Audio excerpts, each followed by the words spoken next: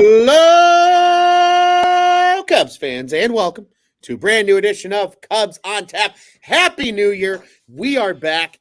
It is 2024.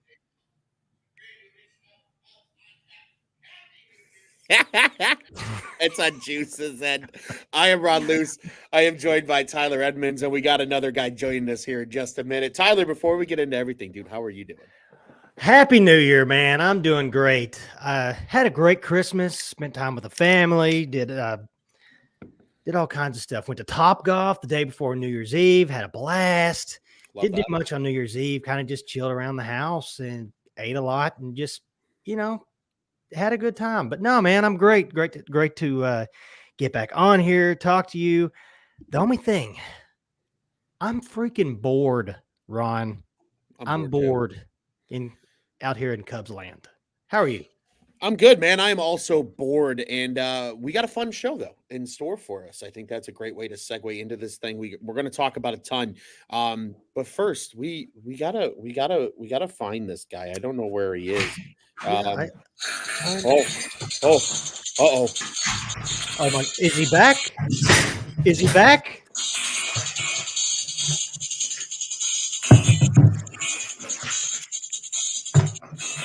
He's got to have the snacks. Yeah. More snacks.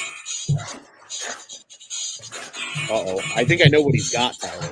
I feel like I should be set up, like straight up. Oh, it's the plans! It's the plans! Hello. Hello. Cubs on Tap secret plans. Top secret Cubs on Tap plans. A new yearly tradition at this point. The off-season plans. Threw the plans on the ground. How you doing, Juice? Living the dream, man. We got really bad morale going around here right now. And I'm trying to brighten the day in Cubland just a little bit. I think you're off to a good start, sir. I think you're off to a great start. Before we dive into all things Cubs, we will say hello to our comment section. Bernie says, Happy New Year to you too. My dad says, let's crack them, boys. And my dad was very excited and enjoyed, I think, the plans, Juice. Plans, Cubs, tie. It's plans. It's issued by Jed Hoyer. He issued it to me. Issued it to add you to the front office. And Scott asking, did the Cubs sign Belly for 7 years and $300 million? Unfortunately, not yet.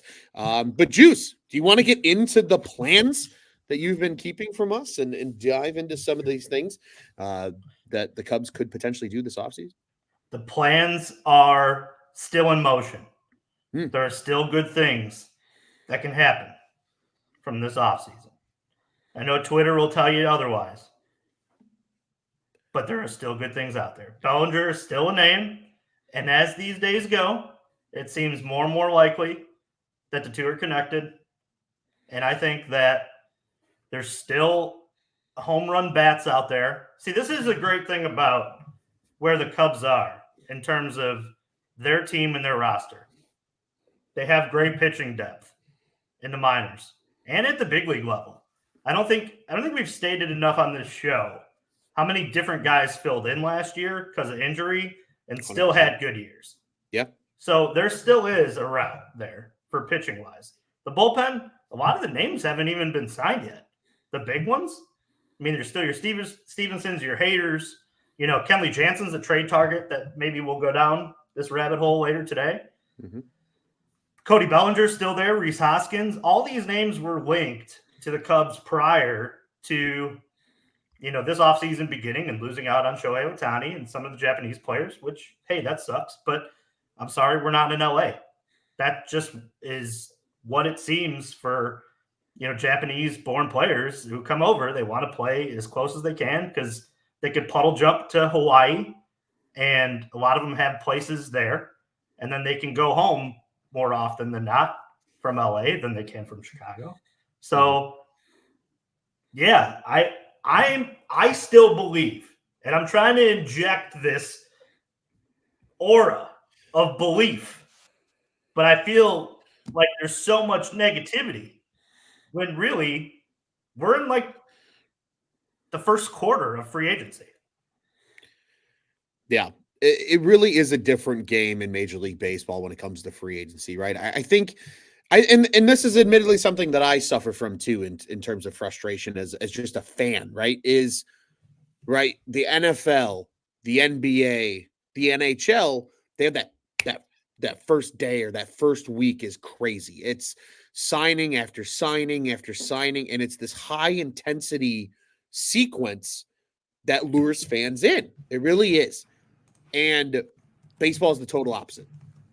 Things are drawn out, things are slower, things are just in general, it baseball's offseason operates like the game itself. It's the longest season, and in terms of pace, it's probably one of the slower sports.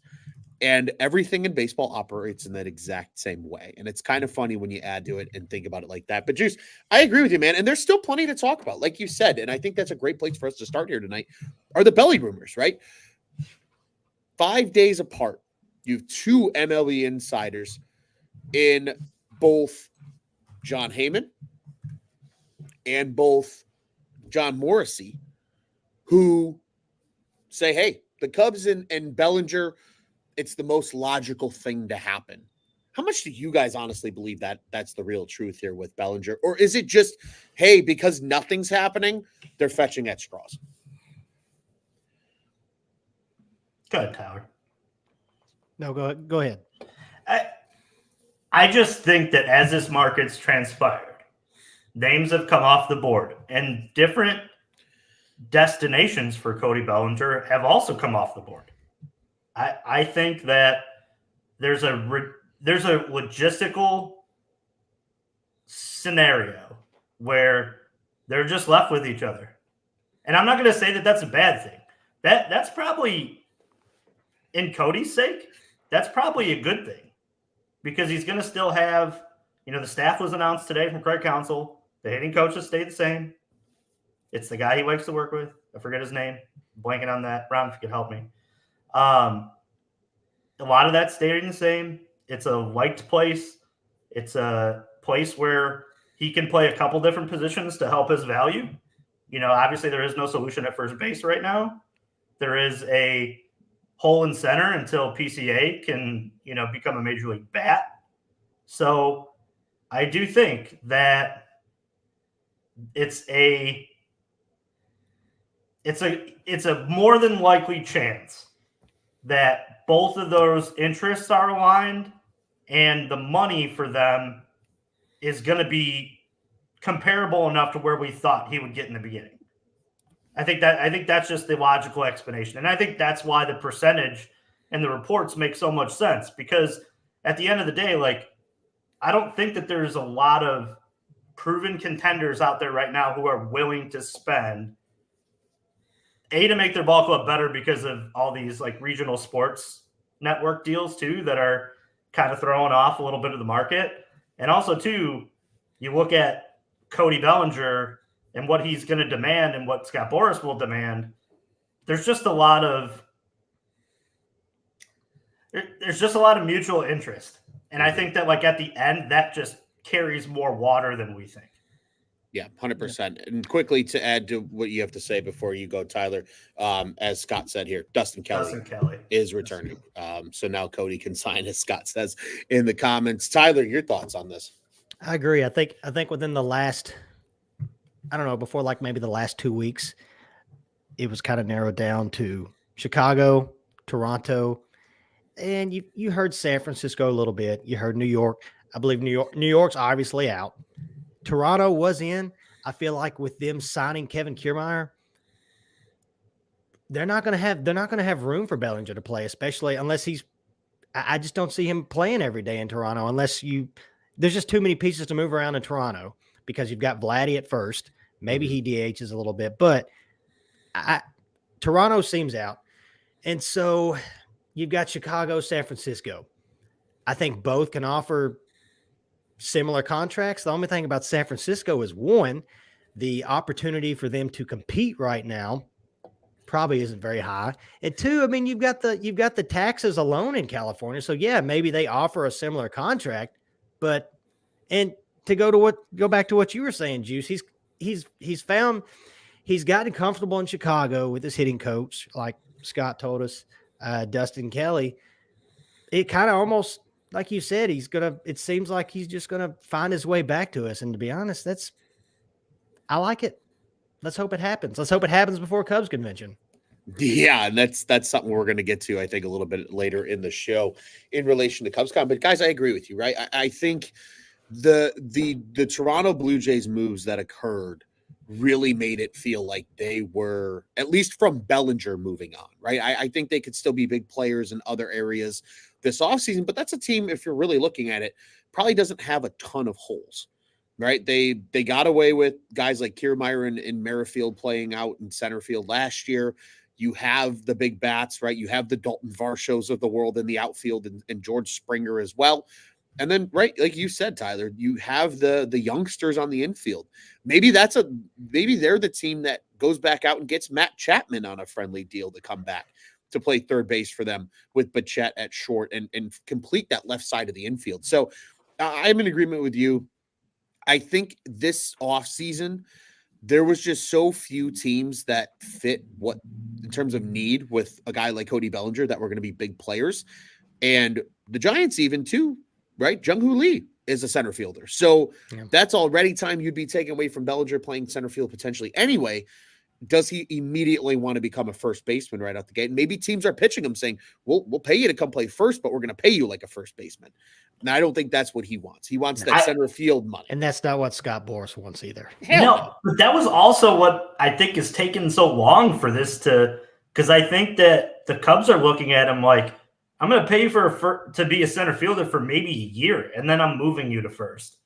Because realistically, like if you're doing a 6-year deal, you're hoping that either Alcantara or PCA or, maybe like an Owen Casey is a guy who he doesn't play center, but it's another outfielder that you have to factor into the mix here. Yep. That's what's making this take so long, where the Cubs are like, hey, listen, man, like first basemen don't get paid over like $170 million. They just don't. And Cody's looking at it like, well, I play center field. So I don't know. It's a tough negotiation. It's probably something that we probably should have talked about more on this show. And it's just something that kind of dawned on me when you said that, Ron, because he does play two positions, one of which is not statistically contract-wise as it's almost like the running back of the NFL where the first basemen just aren't valued. It'd be interesting to see him play a full season at first base and see how many stolen bases he gets. It'd be kind of fun. You think he would break the? I think he could. Baseman? I don't even know what the first baseman record is, but I think he could. Yeah, we got to find that out. It's going to be some juice calculation here as we continue the conversation forward. Scott adds here, he says he blames Scott Boras. He says Cody wants to sign Boras is just holding him hostage. Maybe that is the case, but I agree. I think there are so many elements to the negotiations. I think, especially for anybody that's not a starting pitcher, right? Of just what this offseason has become in totality. And obviously this greatly affects the Cubs, but think about it. You have Cody Bellinger, who's at this point, the premier free agent remaining on the market. And he's got this position battle. Go ahead, Juice. What do you got? Sorry, just going to come in there and finish off the rabbit hole for first baseman stolen bases.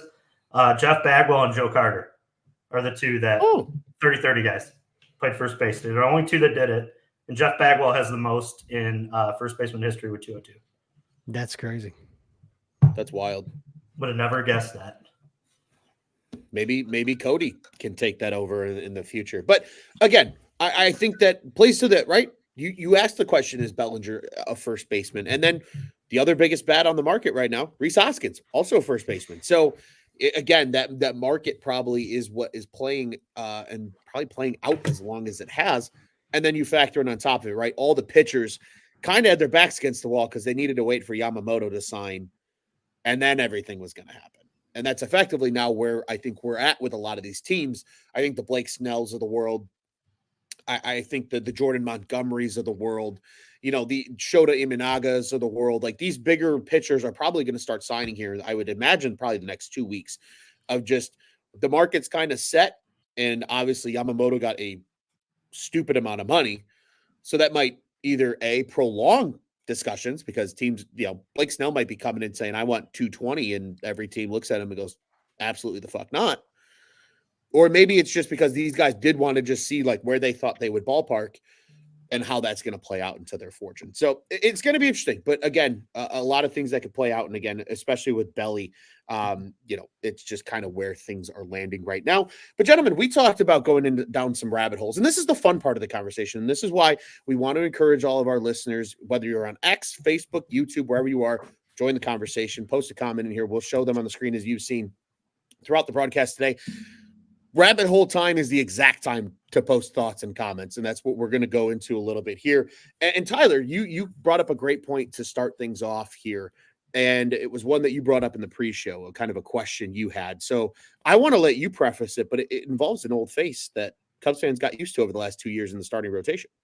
Yeah, just thinking about where certain pitchers have gone so far and everything like that, and who's left available and the needs of each team's.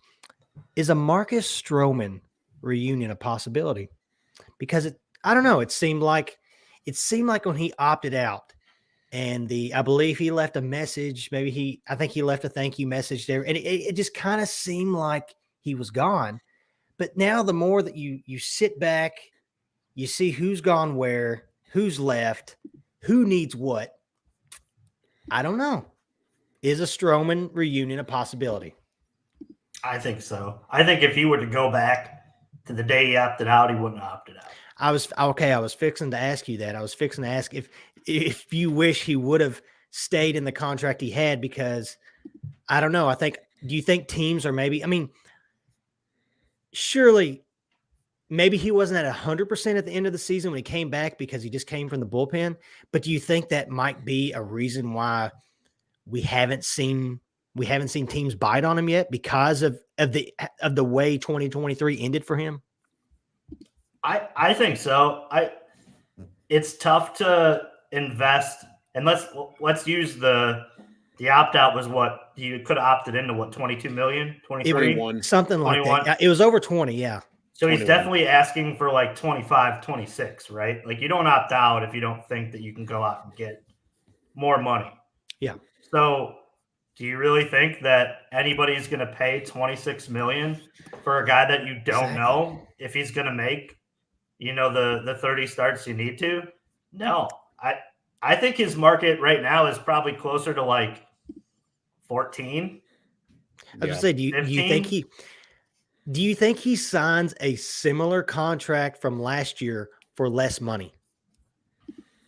As far as a 1 year with an opt, or what I'm saying? Do you think he signed something similar to that, but maybe not the 23 million that he could have gotten this year? He's like the pure opt-out guy, in my opinion. He just doesn't like to stay in one spot long either. And that's kind of why I think like the opt-out made a little sense for him, like logistically, but then like monetarily, you're like, why did you do that? That's stupid. You should have opted in. What was wrong with him playing in Chicago? I wouldn't hate it. I wouldn't I wouldn't hate a Stroman reunion. I mean, his first half was lights out, unbelievable. Especially if it's cheaper. Yeah, and the contract's short. What do you think, Ron? He's your guy. Yeah, I think the Marcus Stroman situation is interesting because I think, in complete fairness, every free agent went into this offseason thinking it was going to be what the last 2 or 3 have been. And it's been incredibly top heavy in the sense of the big dogs got paid, Yamamoto, Ohtani. We've seen Erod get a lot of money from Arizona, but in fairness, even he only got 20 a year. And he's a lefty, right? Lefties, you could pitch forever. He's still he's a workhorse. He can pitch a lot of innings. Like, he's going to fit really nicely in that Arizona starting rotation. Yeah. I'm starting to wonder if just all these pitchers went into this market thinking there was going to be all this money, and there's just not. Right. And I think, again, something we've talked at what feels like ad nauseum about at this point is the regional sports networks and what that's doing to a lot of these teams that probably otherwise would have spent. Right. Like, one of the things I am very, very interested in, and now that I'm seeing it in front of my face, it's intriguing. For example, Sonny Gray, right, he has a full no trade clause in his contract. 3 years, the fourth year is a club option for $30 million, but he's only making $10 million next year. Like, was that built in a sense of like, because the Cardinals knew that RSN was going to be just a dumpster fire in 2024, that they said, hey, we're not going to pay as much?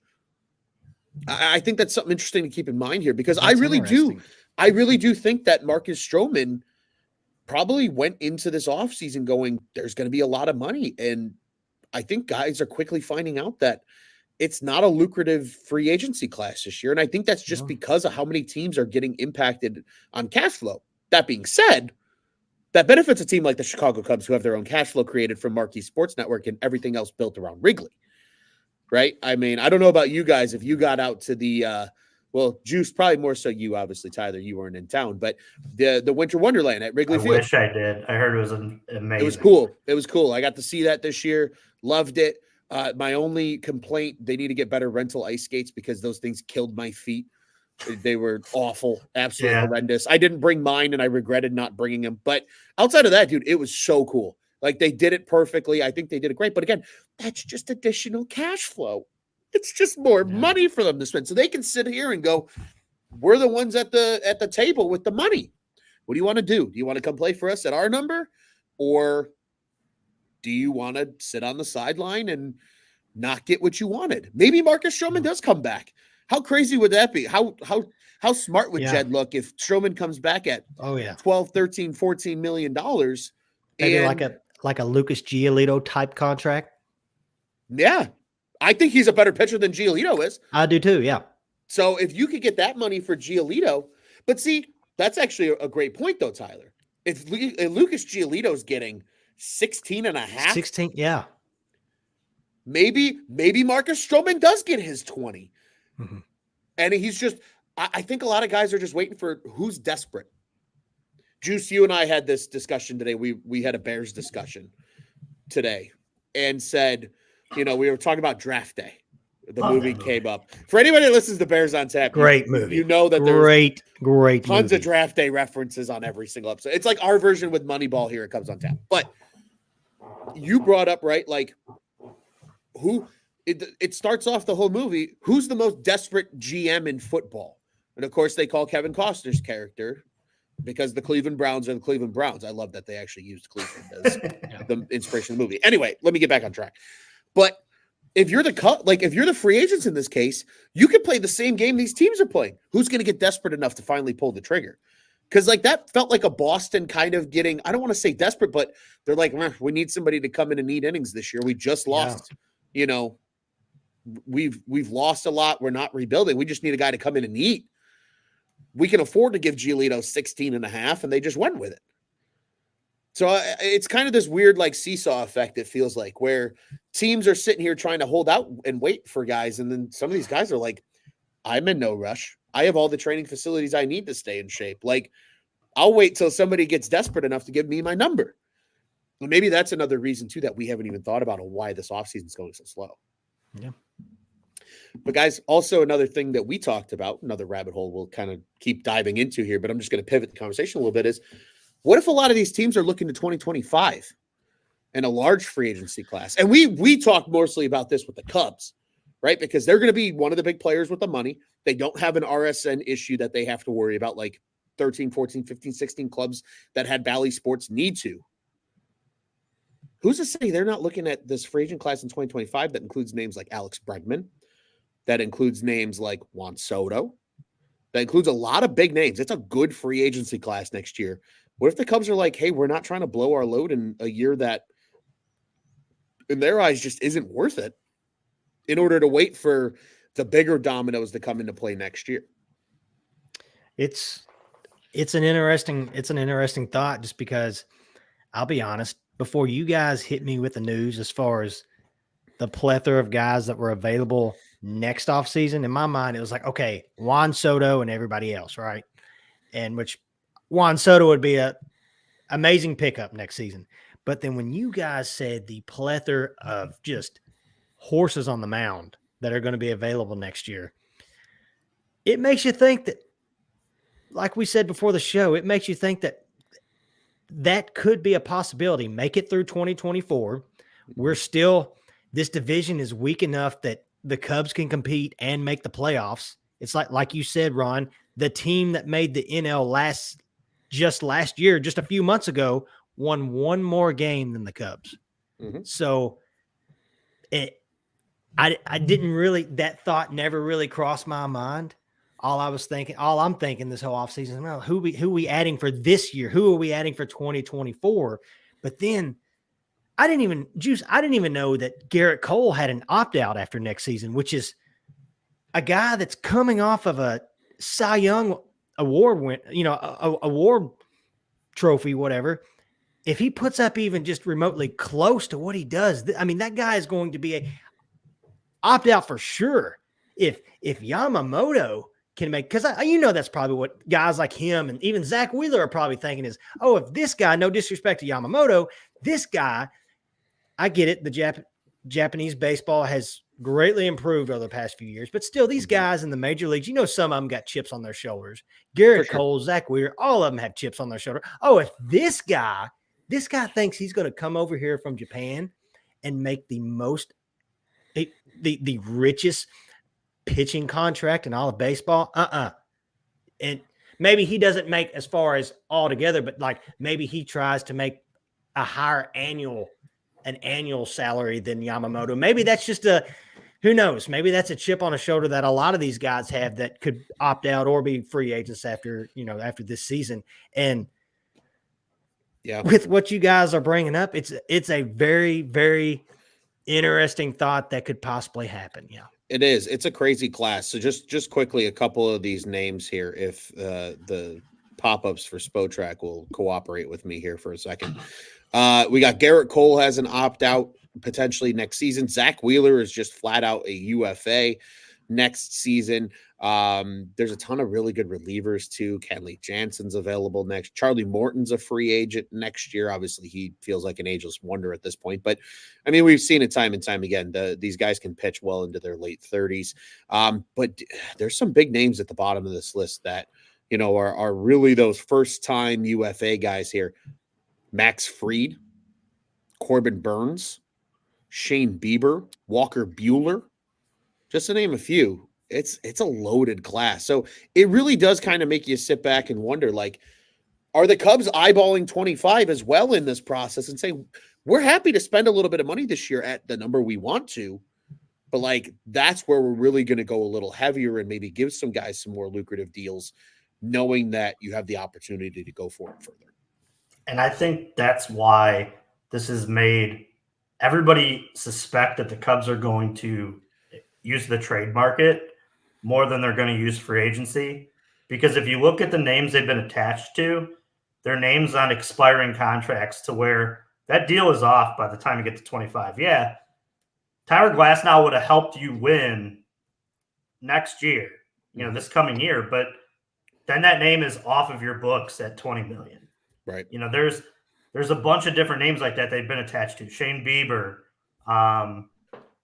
who was Bichette, but Bichette has 2 years of arbitration. No. 2 years under contract after. But it's at a low. My point was it's not a. It's a favorable contract. It's a favorable contract. Yes. But that's why I think too, like this is just. And you look at 25, and I hate to do this already because I would love for 24 to be great too. But it's going to be great, Juice. Yes, I know. I said this earlier. The plans say 24 on them, everybody. They don't say 25.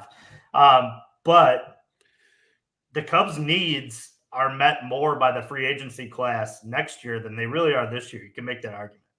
Yeah. That the first baseman position is better next year. You can make the argument that the third baseman position with Bregman is better than, the names that are out there this year. You can do the same for the starting pitching market too. Now with what's left, if you missed out on Shohei and Yamamoto, a lot of the guys who are left now are there's some question marks next to a lot of those names. Snell won the Cy Young, but he walks a lot of guys. He doesn't go deep into games. You look at Stroman. We were just talking about him. I mean, there's a lot of names that had a lot of question marks on that, and I don't know. I think Bellinger makes sense, and I think that's what they should do. Mm-hmm. That way, he can flex out anywhere after that. He could DH. He can, play center field. He could play first. Maybe he becomes like your Morel type that can play 3 or 4 different positions. And that's why, I don't know, I just look at him and I go sign him and then grab bullpen help. After that, if they don't do anything else and they play Mervis at first and Morel at third, which I don't think they're going to, or a combination of Morel and Madrigal, I mean, you got better. Sign a free agent, starting pitcher, add a couple bullpen arms. Bellinger is your big swing. Yeah, you got better. And then maybe you dive into the trade market at the halfway point because you're, need to get over the hump. Yeah. Yeah, it's certainly an interesting thing to keep in mind. I just want to get to some comments here and show the love to those in our comment section. Bernie said a little bit earlier to our discussion about Stroman, said he wanted to retire as a Cub. She also went to the Winter Wonderland. She asks, where is Rich Hill? He is a free agent, but it feels like long in the tooth here. That dude is going to roll up in a wheelchair for some team down the road. He still pitch games. I think so. He pitched last year. Was it Pittsburgh last year? Mm-hmm. Where was Pittsburgh? Yeah. Pittsburgh. He pitched. Outrageous. He started their home opener. That's crazy. Yeah. Oh, yeah, he did. He started their home opener against the White Sox. I was there. You're right. I was there in person. Left-handed love. It was wild. The Jamie Moyer of our generation. The Jamie Moyer. That's a name. Scott also with a comment here. This is something to keep in mind. Cubs currently have 9 players under contract. Juice, I actually brought this up when you and I were chit-chatting. Lots of arbitration contracts need to be finalized 100%. There's still going to be a lot of things that happen over the course. And King Charles 1 here is 100% correct in the comments, Juice. And I think this is kind of along the lines of something that we talked about in the pre-show today. He says Cubs have a lot of young talent coming, and they have to be very careful not to block anyone. And I think that's the case, right? Because we talked about some of these other names like the Cade Hortons of the world and the Ben Browns of the world, and even the Jordan Wickses of the world, who we already got a taste of in 2023. These guys are a part of the future. Like, they didn't create the top prospect, pipeline in baseball to watch all these guys never work out. But to that same extent, right, Juice, like you said, right, maybe the Cubs dive into the trade market because they have those assets to use. Maybe some of the prospects that they're a little more willing to part ways with, that they're willing to make a quick move here, a quick move there to improve marginally going into next year. So that way, 2024, toward the end, especially as the Cade Hortons come and get it ready, Ben Brown, we're going to see these guys this year. Like, I think a lot of people lose sight of that. We're going to see them.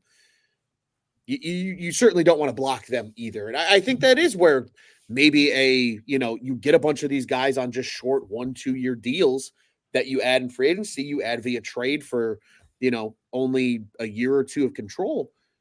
And that kind of gives you some of that flexibility. And hey, to go off onto King Charles' comment real quick, kind of like last season, there is a lot of young talent that, you've got to be careful not to block. But at the same time, and David Ross, even though I get it, he's not the manager this year, but just like last season, take Matt Mervis, for example. You gave him a little bit of time. It was like, okay, now's not the time. We're not going to waste this season on seeing whether or not you've got to figure it out or not. So, yes, they do have a lot of young talent coming. But at that same time, no, you can't spend this whole season trying to figure out of all of them, okay, which ones are staying up here, which one's not, if that's going to keep you from, competing in this division. Right. And that's what King Charles followed up with and said, however, they cannot foresee who will be good. Of course, that's prospects are prospects until they are no longer prospects. Real quick question, just around the horn. Do you guys think Matt Mervis is going to be good?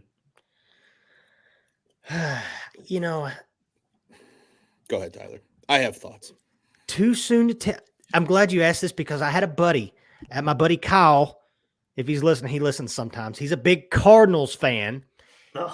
He's a Gross. big card collector, big time breaker, does all these breaks, and he just pulled a Matt Mervis auto. And he asked me that same question. Goes, is Mervis going to be your guy next year?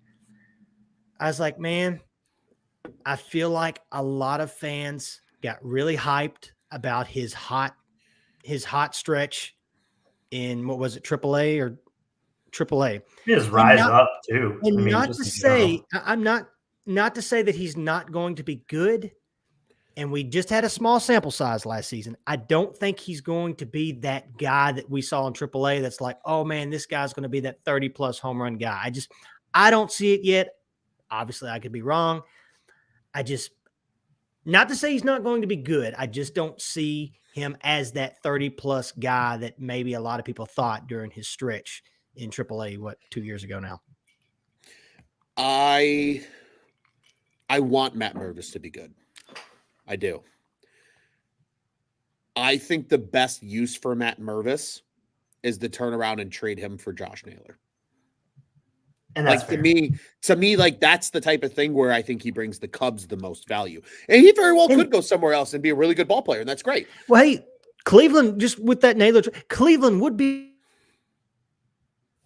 He's coming back. a good spot for him to find himself. Yeah, it Yeah. really could be. What? Nothing. You glitched a little there. You guys. glitched, yeah. Crap. So we were. I was just saying Cleveland would be a good place for Mervis to maybe find himself. Yeah. 100% agree with that. And that's the thing, right? Like we see it time and time again with prospects. And King Charles brings up a almost perfectly timed comment here. He says, thoughts on Nelson Velasquez. He was blocked and Ross didn't play him. He might hit 35 home runs last year. And he says that scares him, and Jeremiah follows that up. Jeremiah was a little late, guys. He was watching the Pelicans and the Nets game. In case you didn't There you go. But he says he has legit big league power, and he does. We got a good taste of it in that game against the Seattle Mariners, where he cracked that home run or that grand slam into left field. I mean, it goes to show, right? It's a delicate balance, and I think to tie into a guy we haven't talked about in a long time, and Craig Counsell. I'm a firm believer. I told you guys this is kind of one of my hot takes toward, the new year. Like they want to improve at developing young talent at the major league level. And what did Craig Counsell have no choice but to do in Milwaukee for 10 years?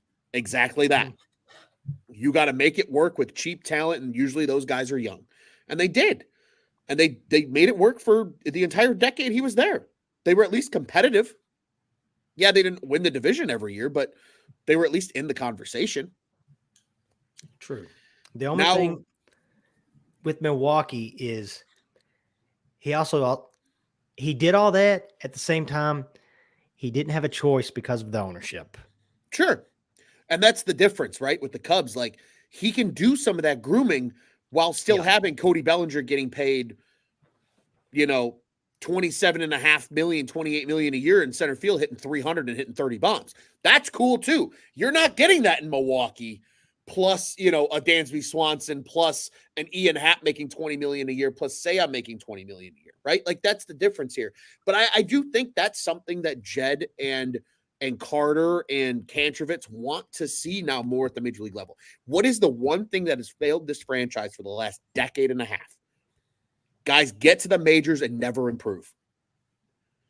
That is something they need in order for this team to become the Dodgers, the Yankees, right? Those teams that are competitive year in and year out for a long time. You got to be able to get these guys to that potential. That's why the Houston Astros are so good. Yeah.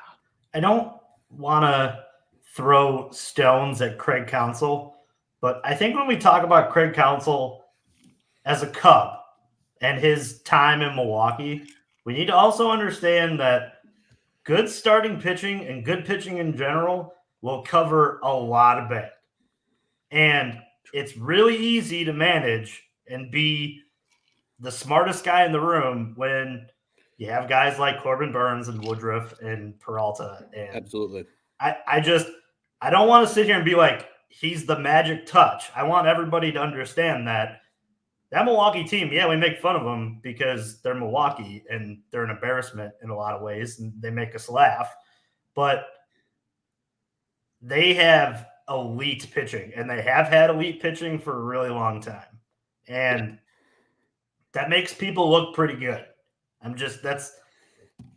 want to play devil's advocate with that. Just And at least that's a little fair. bit. And I'm going to play devil's advocate with your devil advocate, Juice, and say, well, is that why they're sitting here and they refuse to get rid of guys like Cade Horton and Ben Brown and Jordan Wicks potentially for impact Maybe. players in the trade market? Because Maybe. they think this new wave of young pitchers that are coming. Imagine if you not only have elite pitching like the Brewers did because they were all young and cost controlled, but then you can actually spend money because you're the Cubs and you're not the shitbag Brewers up north. I think I'm just pointing it out that you can't name a lot of Milwaukee Brewers position players that have become all-stars. Ryan Braun was a pain in my ass for so long. Jeez, I know. Played first base. I mean, Prince Fielder. All this devil's advocate to devil's advocate reminds me of that. Reminds me of this. Devil's Advocate. I was going to say it reminds me of this biker game that I'm in. If you guys You're in a biker gang now? Yeah, Heaven's Devils. Since when are you in Heaven's Devils? Last program show. when I I wasn't on last that, show. was I?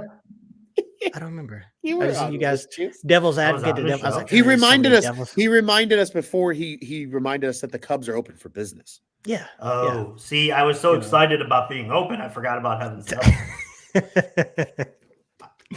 Cubs on Oh, Tap. man. Let's just point this out for the listeners. Cubs on Tap is for sure pulling out all the stops for something to happen. I mean, I'm in a tie. Tyler's got a giant open sign. I mean, Ron put the Mankini on if somebody signed somewhere. Yeah.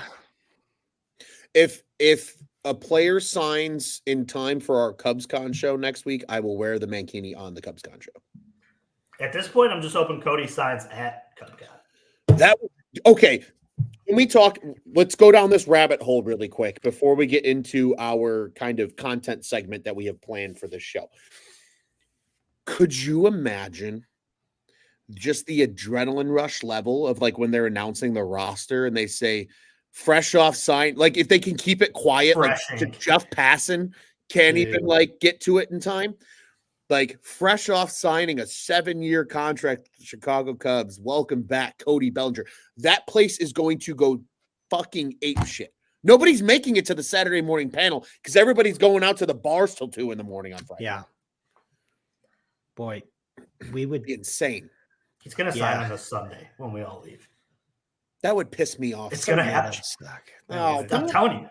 Don't say that. When we're at breakfast. Yeah, when we're at breakfast, and they probably had the deal done while we were out drinking. It's either got to be Friday when they're announcing the team or Saturday when we're all down at the hotel bar, just lit AF watching whatever playoff team in the NFL is playing going on. And we're just losing.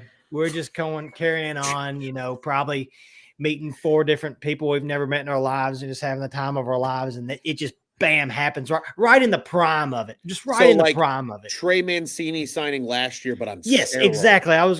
But like times 10. Yeah, on steroids. Absolutely. I mean, we signed our first baseman potentially last year at CubsCon. Let's sign our first baseman now. Yeah, as long as it's Rhys Hoskins and not Trey Mancini again, I would be okay with that.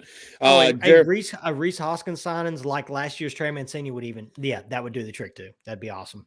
Yeah, that would be electric. Jeremiah agrees. That would be sick, as does Bernie. She's a supporter.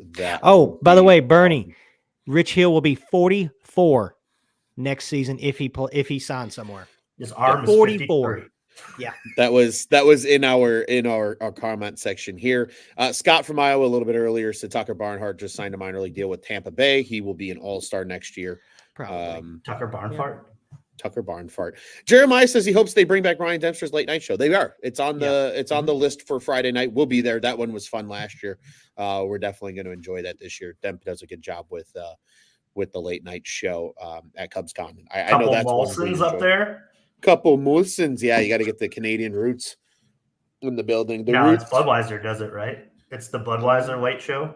I think so. So I think that they all have to drink that. Which, I mean, our president of On Tap Sportsnet would be very happy with that. Yes, I don't mind a good Budweiser, but Yeah, every once in a while. Dude, that's like eating like 3 cheeseburgers. So like those things are just so filling. Yeah. It's brutal. But America runs on them though. And sure, Duncan. that and the coffee, the coffee chain as well. Gentlemen, I want to get into a little bit of what we're going to call kind of the name game here. I'm going to give you guys just random free agents that are on this list. And Love what this do you game. what do you guys want do you want the Cubs to sign him? If so, if you got a contract in mind, numbers, we love numbers. People love watching dollar signs fly around. You can justify or non-justify the fit, however you see fit. We'll do about 5 or 6 names. We're not going to go too crazy into this. But we're just going to have some fun with it and bring up some interesting ones. But gentlemen, one of them I'm actually going to steal from our comment section to start. Okay. Will Jed kick the tires and sign Trevor Bauer? No, I'm gonna straight up. No, I don't see it happening. I feel like there's even. No. Yes. Do elaborate, Juice. Yeah. He's like the perfect 1-year deal guy to fill in, right? 1-2-year deal. The upside with him is just so there. And to me, the contract's not going to be crazy.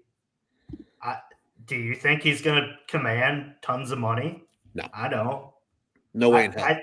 You remember how like the Cubs signed like all these guys that are just so risk reward, but like reward heavy? Trevor Bauer is like, if you look through that free agent name list, he may be the most reward. Like, yeah, we're talking about like a Cy Young candidate if he's right. He's really good. And yeah. I don't know. The Cubs don't do a lot of these signings, like these controversial, like dive into, but they're due for one. I like Trevor Bauer too. Jeremiah put it in there. I love his content too. I will watch Trevor Bauer outage stuff like all the time. The reason I say no, and this is just a side note, not for me. I can't stand Trevor Bauer, but not because of all that whole situation. But let me ask, do you guys not think that like MLB's not going to try to like maybe blackball him from coming back? Why? They kind of did already, right? So they kind of okay.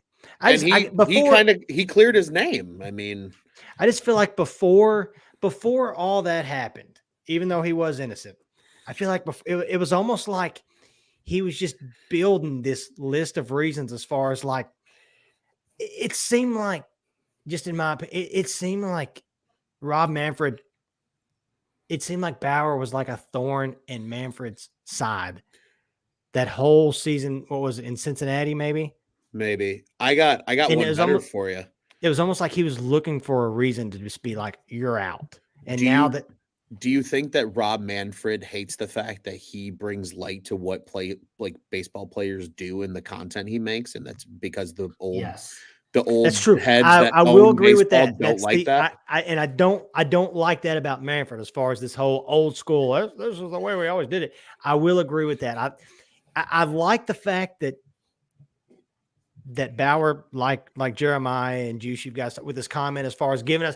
He was probably one of the first guys to give us more insight on the behind the scenes stuff. 100%. But I also know too that didn't he speak out a lot, like against a lot of stuff that that Manfred just, maybe it's all maybe it's all like just the sticky stuff for sure. With the sticky stuff and everything like that. Mm-hmm. Like, I don't know. But they kind of cleaned that up though. You didn't hear a lot about that. You don't hear about it a lot anymore. And you really I wouldn't hate it. I personally, I don't see it happening.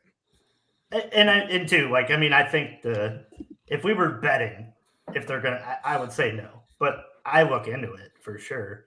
I think that 100%. Do you think he plays in the MLB next year? Yes. I don't know if he signs right away, but there's going to be a contender that loses a big name, and he's going to be the first name that's mentioned. I really think that.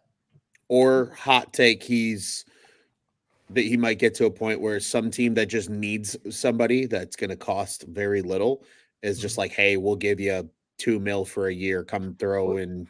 If you're really good, If we'll y'all trade you remember, at the Like deadline. Boston. Wasn't it Or the the White Dodgers? Sox. Yeah. I don't know if you want. Oh no, they opted out on Clevenger, right? Yeah, Clevenger So- opted out from the White Sox because he Yeah. was like, I'm getting the fuck out of here. Wasn't it the Dodgers that said after that whole situation, even if he was to come back, wasn't it the Dodgers clubhouse that said like we don't They want didn't him to want come him. back? Yeah. Which Yeah, I don't but know. That was Raises in questions. the middle of the allegations. And Gotcha. I just didn't know if maybe that was an allegations related thing or maybe if that was just a clubhouse thing that they saw in him. I don't know. Yeah. It was just interesting. Hank's got an interesting comment here. He says things are kind of desperate and bleak if they're considering Bauer. Agreed. Again, this is kind of the fun part of this name game because this one's not going to include all the big names. Hank, I'm we're not in the throwing- no, rabbit this is hole. like the bottom of the barrel. Let's have We're- fun. Yeah. I'm gonna give you deep some down in the real rabbit hole, names. Hank. Yeah, Deep down in the well, I rabbit mean, hole. We're hoping we're all in the top end of the bucket here. That when we're signing big dollar wise, but we're talking low, prove it deals at this point. I think. Low. Yes, we 100%. Side note, I'm going to say this because we talked about Rob Manfred. Baseball like desperately needs their version of Adam Silver so bad.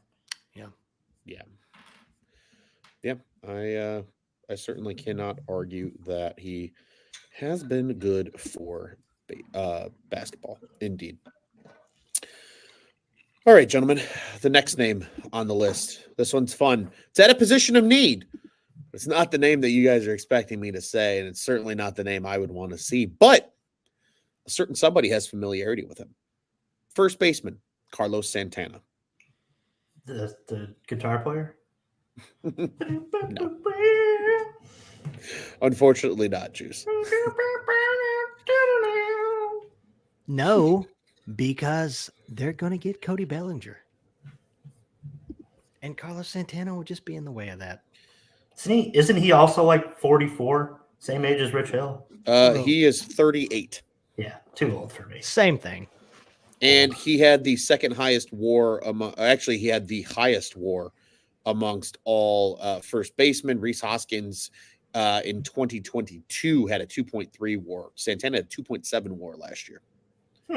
Or was that with Pittsburgh and Milwaukee? Split between Pittsburgh and Milwaukee. He ended up playing 146 games between the two. He slashed 240, 318, 429, so 747 OPS. That's above league average. 23 home runs, 86 RBI, and 33 doubles. How many homers did he hit? 23. Meh. That one doesn't get me excited because I feel like he's going to settle into some type of DH role with somebody like Miami or something. I feel like if he was on this team, he would become that strictly DH guy and keep other guys from the DH spot. I'd rather have Morel at that point. Just throw Morel at the DH slot over Santana. That's just my opinion. I like it. No, that's why we are here doing this game, gentlemen. It's to get your guys' thoughts. Speaking of another thought, we're going to go to a pitcher. This guy's been getting some traction in the world of Cubs social media here. 32 years old, coming off a 2.1 WAR season. Left-handed pitcher, Sean Manaea. I'm in. He added a sweeper. And ever since he added a sweeper, he was really, really solid. I'm in. I agree. Yeah, that would be a guy that you give him a 1-year prove it to me deal, especially if, like we talked about next season with the large amount of free agent pitchers. Give him a 1 year, 1 year with a club option or something like that, or I don't know, and just prove because like you said, he was really solid when he first came up with Oakland. He was pretty solid, and then kind of lost his way, and then now recently he's done all right with San Francisco. Mm-hmm. Wouldn't hate it. Yeah, I agree. I agree with Juice. I wouldn't hate that move. Does he ever pitch out of the bullpen too? He did. He pitched out of the bullpen in San Francisco. I was just going to look that up, but I didn't know if one of you guys knew.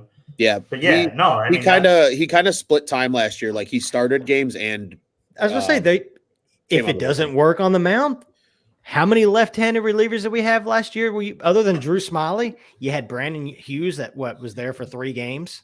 It felt like. Yeah, and now Maybe he turns into that lefty. Good old bullpen Anthony piece. K. Yeah, sorry. How could we forget? Yeah, just to quickly add to the argument here in regards to Minaya, he had a 6.61 ERA after 11 appearances last year, added the sweeper, and then he had a 3.60 ERA the rest of the way for the season. So had a really nice end of the season. Quick comment from Bernie. She says also pass on Santana. So just on the same page as you guys there.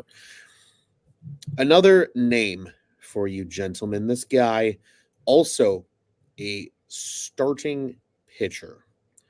I saw this one and I couldn't help myself. I had to ask. It's really along the lines of the Bauer one. Mike Clevenger.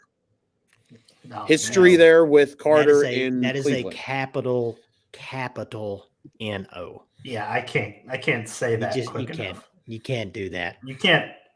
You I want don't to talk know. about a garbage human with proof of being a garbage human? That's a garbage human. I don't know if we see that. I don't know if we see him play anywhere. Why did he even opt out of the White Sox? Why? Thinking he would get just as much money as some of these other guys? Oh. But did he honestly because He did he honestly think that? But like what? Well, okay, so let's back it up because I don't want to say all this and not know the full story. Was he, as far as like everything that came out? I mean, was he guilty of? I mean, I know he didn't go to court, but was he like guilty of that, or was it kind of like proven that he maybe wasn't?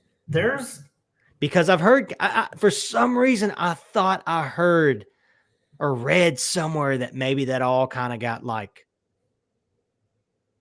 I don't want to say like blown up or nothing like that, but maybe I don't know what I don't know what the outcome of all that was. The most telling thing to me was the girlfriend went on 670 The Score. Yeah. And told her story. And then he cussed out the radio show that had her on, which like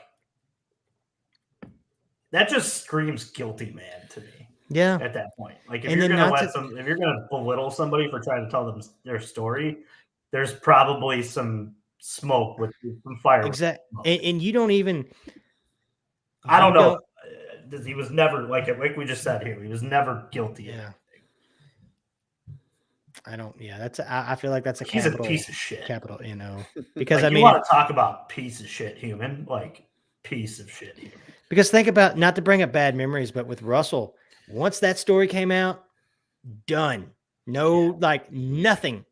No, you don't even get a. The dude's. I think he's still playing in the Mexico League, or at least he was. And maybe he's changed his life around. Hopefully so. But that guy who was a highly touted prospect. It was like the number 3 prospect in baseball. So yeah, guy like Clevenger, don't see it even. Yeah. There was talk too about how he was like addicted to psychedelics too, and that he would use during the season. I don't want that in the locker room if that's the case. I don't know if that's the truth, but just reporting what I read. Yep. Yeah. Completely fair. Super side note while we're on here. Scott says Korean right-hander Woo Suk Go close to signing with Padres, likely to be their closer per Who is Heyman. that? I have no idea. Never heard of him, but it's big enough name clearly for John Heyman to report. So at least there is that. That'll be a jersey seller. Yeah, it will. That'll 100% be. That will be. Oh boy. I think those names are out of order. Yeah. Oh boy. Off the rails. As always here. No, not canceled, just off the rails. Juice. I'm gonna exercise a name that you brought up in our pre-show as our next name here. Jock Peterson. Was there a fit for him in the Cubs? He hits home runs. He does. Can he play first base? No. Probably not. Probably DHs. I don't see it. I've heard a lot of him. I've heard a lot of connections with him in Toronto, actually, just here recently. I don't see him as a fit Is he now. going to play third there? Maybe. I don't know. I've heard. Who are they talking to? Both Jock Peterson. It wasn't Bellinger. It was somebody else. I can't remember who. But yeah, I just don't. I think obviously he's better. I feel like he's a better. I'd like him better in the lineup than Carlos Santana. But in that same boat, I think he kind of blocks a few other people from getting everyday opportunities, like a Christopher Morel, Fair enough. who I hope freaking plays every freaking game next year At third base. at third base. Sorry. That's Sorry, the only way I'm in on Jock Peterson is if Morel's Yeah. playing third. For all you Nick Magical lovers out there, y'all know, you know who I'm talking. I know you're listening. Yeah, Morel at third base every single game next year. Oh, too funny. Scott says Jock will be the consolation prize for the Blue Jays after they miss out on Cody Bellinger. Gentlemen, I got two more names for you guys. They both reside in the bullpen. Do the Cubs take a flyer on the AL Comeback Player of the Year, Liam Hendricks? They were reported. He's They not were pitching reported. next year, right? I think he would be back late in the season. He's not done for the year, but he's not going to be ready for spring training. And the Cubs were reportedly had checked in with him, according to Liam himself. That has, remember when they traded Kimbrel to the White Sox so he could stay in Chicago because he had his daughter? Was his daughter sick or something? She was at Lurie doing treatment or something along those lines. I don't remember hearing that. Yeah. I don't know. That was that went really under the radar. They traded him to the White Sox to stay in Chicago because he also wanted to stay in Chicago. That would be that almost be like getting. That almost be like picking up, especially if he was healthy. That'd be like just a free deadline piece almost without having to give up anything if he's healthy. Because, man, just the fire that guy has coming out of the bullpen, be nice. I wouldn't hate it. Bring him aboard. I'm for it. To me, he's add the most bullpen arms he can. Yeah. And that's a guy that's not going to cost you a lot. He stays in Chicago. He seems to like it here. Yeah. Seems like a win-win for both sides. I think it'd also be good for a guy like Adbert Alzolay. Yeah. Having that kind of guy. I think it'd help him out a lot. Yeah. Yeah. In the bullpen. Certainly. Yeah. It's an interesting one. I think it's one that, plus, can you imagine the sound bites of just him being around the team? Oh, I would love it. It's like, if you know he's coming, you just do it every game. Put as many microphones as you can around the mound and just let the broadcasters just shut up and just let the game happen. Don't say a word and just listen. That would be theater. It would be theater. He's electric on a Real quick. I'll never forget. What was the All-Star? Was it the All-Star sound bit he had where he was just going nuts? And it was the All-Star game. Mm-hmm. Just from a few years ago. It'd be awesome. Would be awesome. Juicy had a thought. Yeah, just to add to, I was trying to confirm if I was right or not. Yeah, Kimbrel's daughter had 2 heart surgeries at the time he was traded in 2019. Wow. So Jed did like a solid for him by not trading him out of Chicago, kept him into Chicago, and his daughter could keep her treatment with the same doctors. That's cool.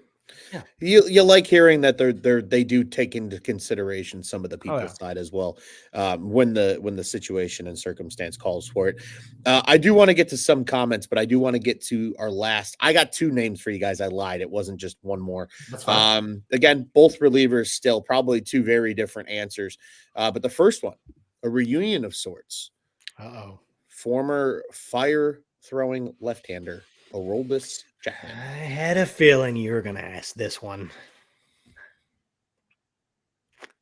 Had a good year with KC last year. He did.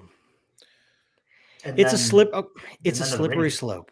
It's a slippery slope with this guy because if I say yes, but then I say no to Mike Clevinger, what does that make me? Because I'm gonna frame it like this, Tyler. Spot. I'm gonna frame it like this, Tyler. The last time that Chapman was on the roster, the Cubs won the World Series. You're right. And here's the sad thing too: is the last time he was on the Cubs roster, it was after the news came out that he fired a gun at his girlfriend in his garage. Oh, Like man. I said, we're due for some of these guys. We're due for a Raider-like signing. Yeah.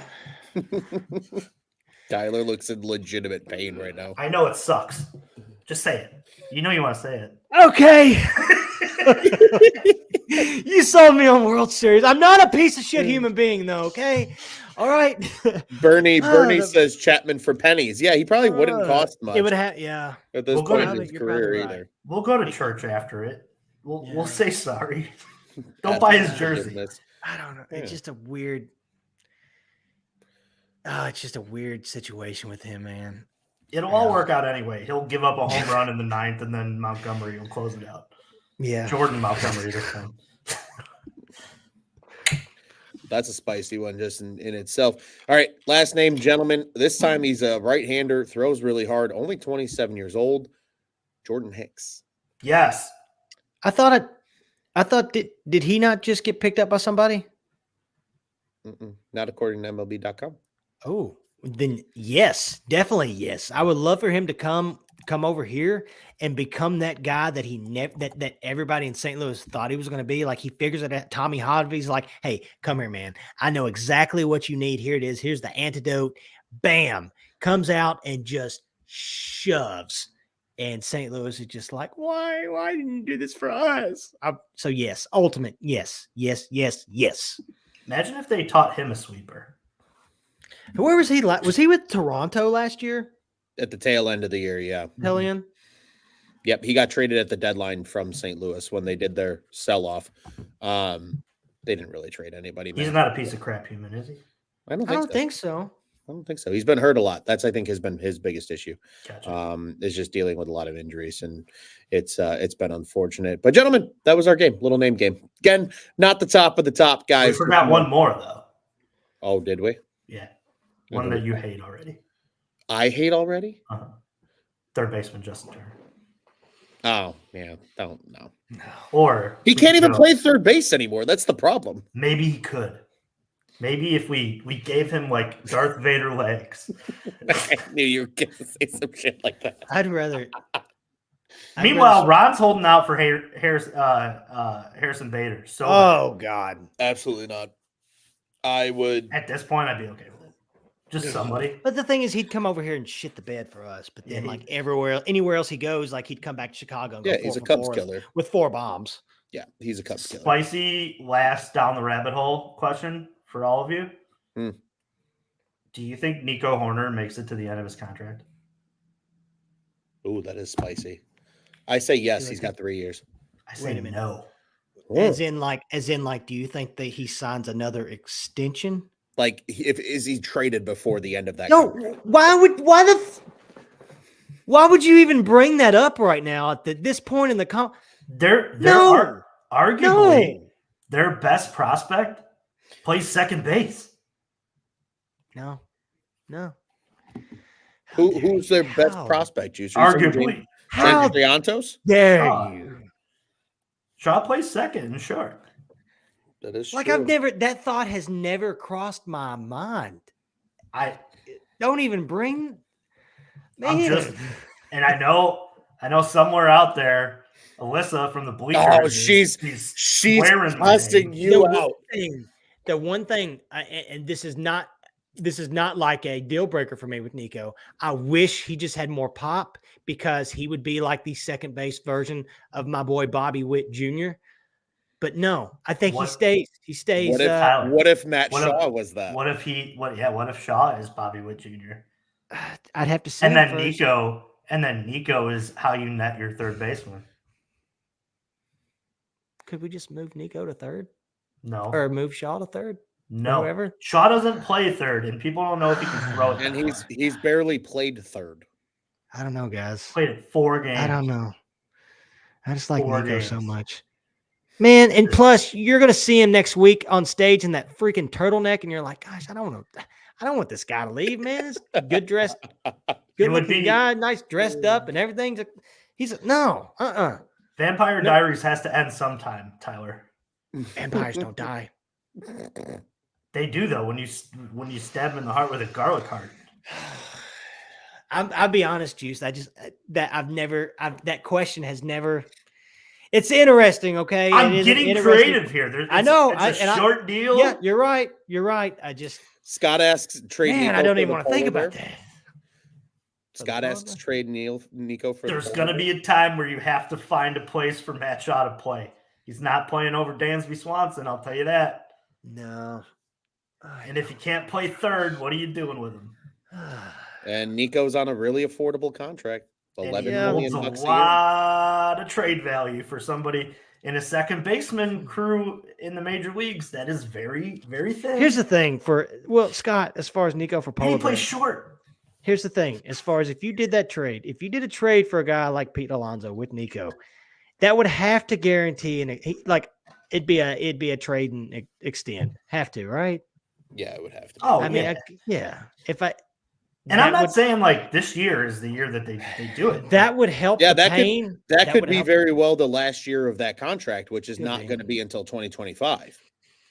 Or I'm sorry, 2026 is the last year of that contract because this will be the first year that kicks in.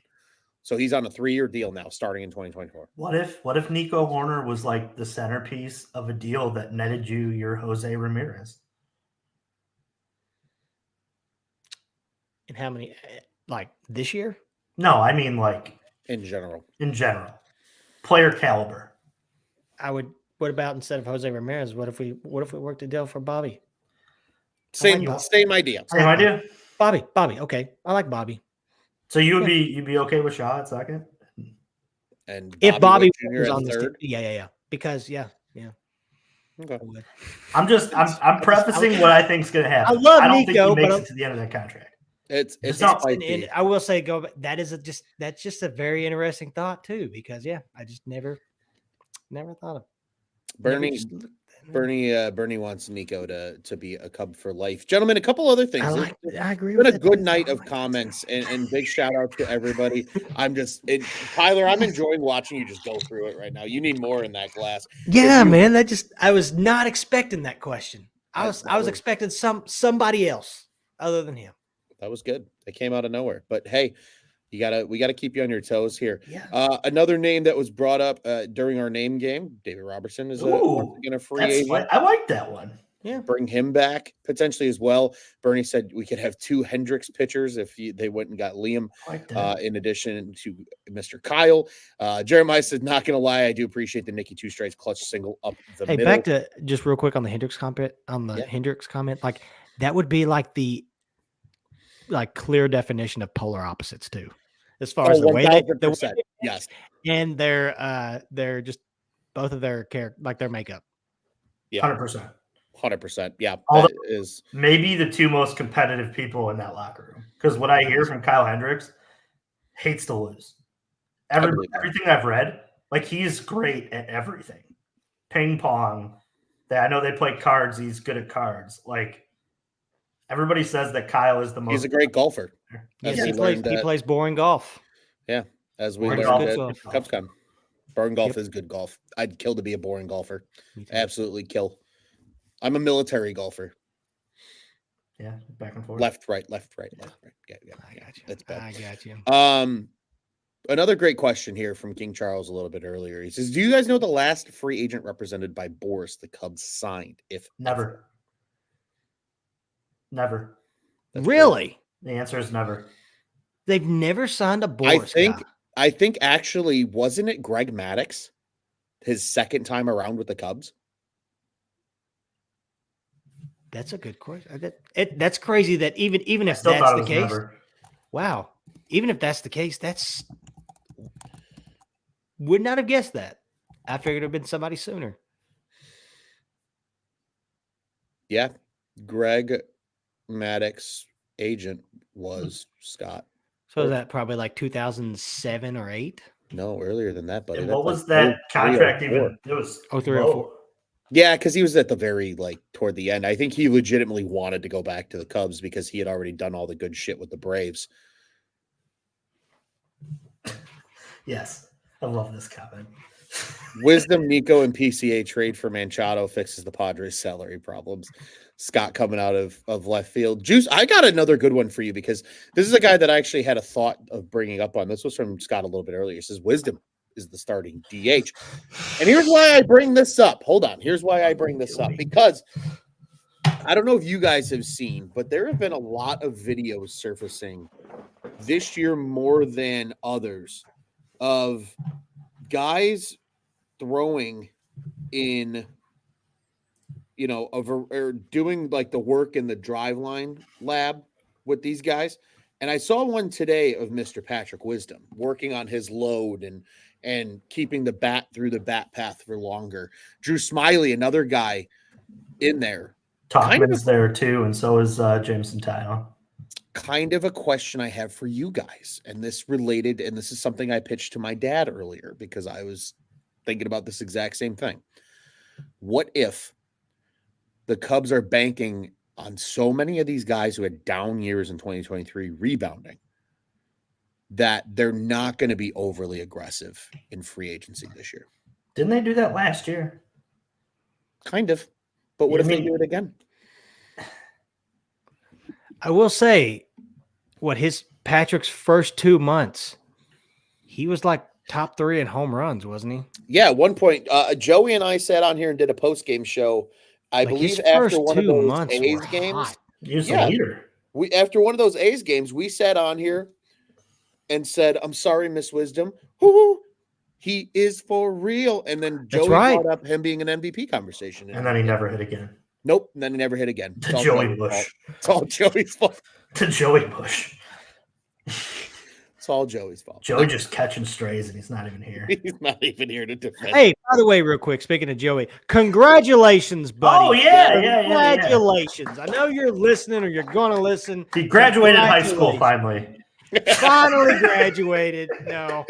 Seriously, man. No, Congratulations, man. Yeah. So for those that maybe don't know, a little bit of personal life for Joey. We're not going to shell out all the details, but Joey got engaged during the holidays. So very excited for Joey and his now lovely fiance. He got his grade 10. He did. He graduated. Good job, buddy. He got his grade 10.